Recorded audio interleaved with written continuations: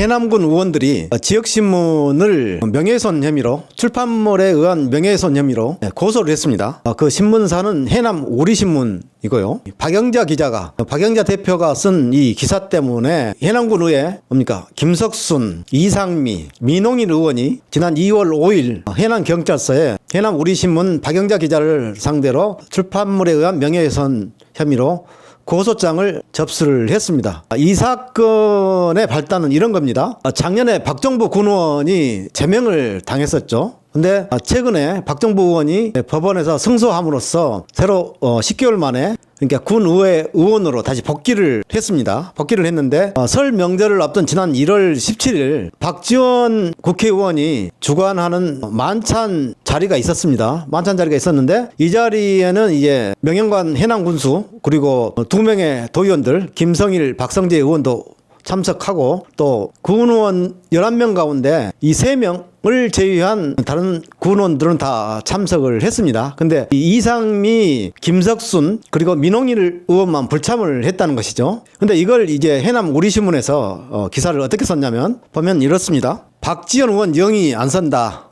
왜? 이 군의원 3명이 김석순 전 의장을 포함한 3명이 불참을 했다. 왜? 이 사람들은 어떤 사람들이었냐? 작년 총선을 앞두고 박지원 의원과 경선 때 당시 윤재갑 국회의원 편에 섰던 사람들이다. 근데 박지원 의원은 당선된 이후로 줄곧 단합을 강조했다. 특히 제명됐던 박정부 군 의원이 다시 법원에서 승소함으로써 복귀를 해서 어떻게 보면 단합대회 같은 성격의 이 만찬 자리였는데 군수도 참석하고 도의원도 참석하고 근데 유독 이 3명의 군의원들만 참석하지 않았다. 그래서 이 사람들이 참석하지 않음으로써 박지원 의원의 영이 안 쓴 것 아니냐. 박지원 의원도 좀 꼬집고 이 3사람의 의원에 대해서도 이제 비판을 한 거죠. 박지원 의원의 영이 안 선다는 이야기부터 내년 지방선거에 출마하지 않을 것이라는 소문까지 나돌고 있다. 그래서 이 사람들이 이 박지원 의원이 주관한 만찬 자리,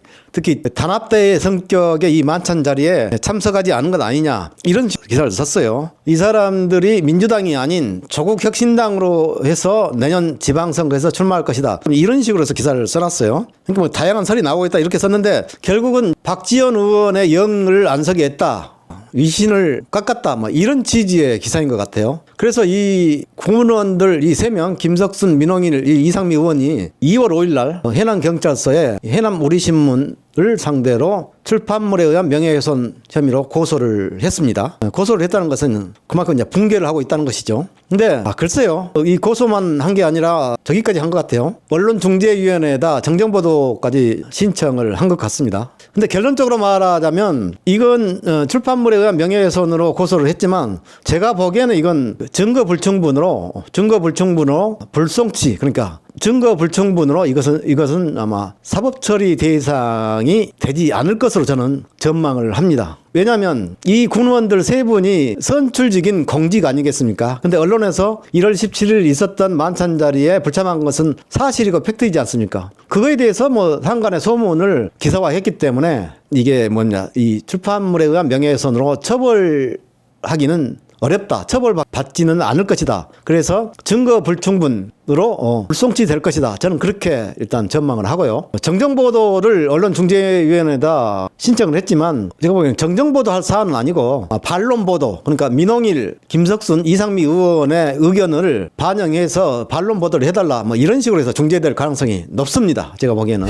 그리고 이제 좀 딴 얘기를 해보죠. 다른 얘기를 박지원 의원 얘기를 좀 해보죠. 박지원 의원의 나이가 제가 알기로는 올해 86으로 알고 있습니다. 86세로. 근데 젊은 사람들 못지않게 지역구 활동도 하시고 또 국회에서 국회의원으로서 의정활동도 하고 있는 걸로 알고 있습니다. 내년에 지방선거가 있지 않습니까? 그러다 보니까 박지원 국회의원을 해남 진도 완도에서 수행하고 다니는 분들이 대부분 뭐 현직 의원들도 계시고 현직 단체장도 계시지만 내년에 이 군수와 군의원, 도의원에 출마할 사람들이 대부분이지 않습니까? 이런 상황인데 최근 들리는 얘기는 그런 거예요.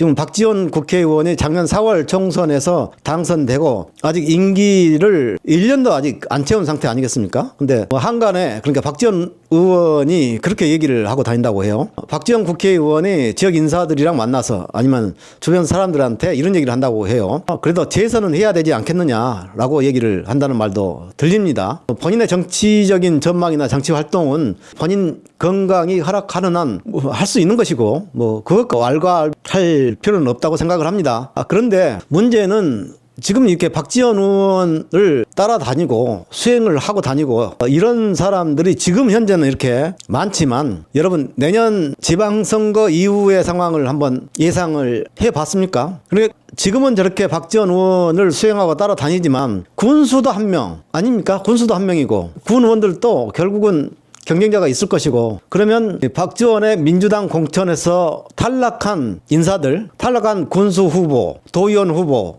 군의원 후보들은 뭐라고 얘기를 할 것 같습니까? 그러니까 내년 지방선거가 끝나고 나서 박지원에 대해서 이제 뭐가 나옵니까? 비판의 소리, 볼멘 소리가 나올 것이죠. 하여튼 공천 과정에서 탈락하면은 그게 뭐 본인의 박지원 책임도 아닐 수도 있고 박지원 국회의원의 책임일 수도 있겠지만 결국 이제 박지원 지역구 국회의원을 원망하고 또 뭐 비난하고 그런 소리가 자연스럽게 나올 수밖에 없는 그런 시간이 분명히 올 것입니다. 그러니까 저는 완도도 그렇고 뭐 완도는 지금 군수 후보로 나올 사람이 뭐 9명인가 된다고 하더라고요. 완도는 현 신호철 군수가 3선 만기를 내년에 채우기 때문에 군수 후보들이 9명이나 된다고 해요. 하지만 결국 군수 후보도 1명이고 군의원, 도의원들도 결국 제한된 상황에서 공천 경쟁을 벌여야 되고 여기서 낙마한 사람들은 결국은 그게 박지원 책임이 아닐지라도 박지원을 원망하기 시작할 것입니다.